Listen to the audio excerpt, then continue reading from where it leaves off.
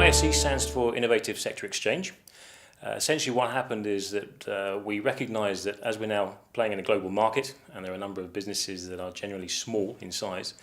there's a huge gap in the knowledge, expertise and capacity of small businesses to be able to trade internationally.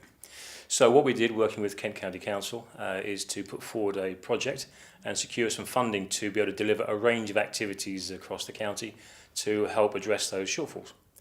So what we've got planned over the next 20 months essentially is a number of workshops which will help support businesses to understand the opportunities, some of the barriers that they might need to address, and then to look to develop their products and services and adapt them to be able to trade internationally.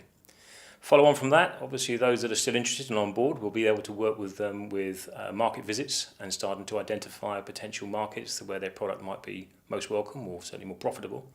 And then off the back of that, we'll start to arrange a number of visits working with partners in France, Belgium and Holland to see if we can try and get some collaboration and some joined up thinking around how we can trade not just within the EU, but beyond the EU and internationally as well. So one of the unique aspects that we're able to offer businesses that are going to be involved in this particular project is that we have partners in Holland, Belgium and France, and we're going to use their expertise in market to look at some of the more closer to home markets that our businesses might be able to trade and begin trading with.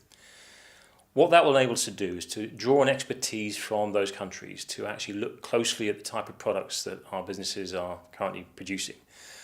Recommend adaptations, make modifications, look at different ways of marketing in terms of, adapting their website, language, labelling, regulations and so forth.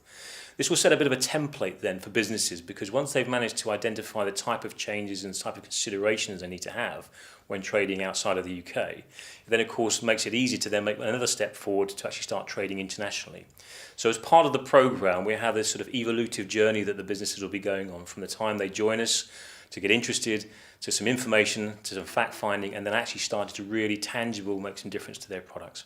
So one of the reasons why we've chosen the food and drink sector in particular to support through this project is that we see it has the greatest potential to reach beyond the EU.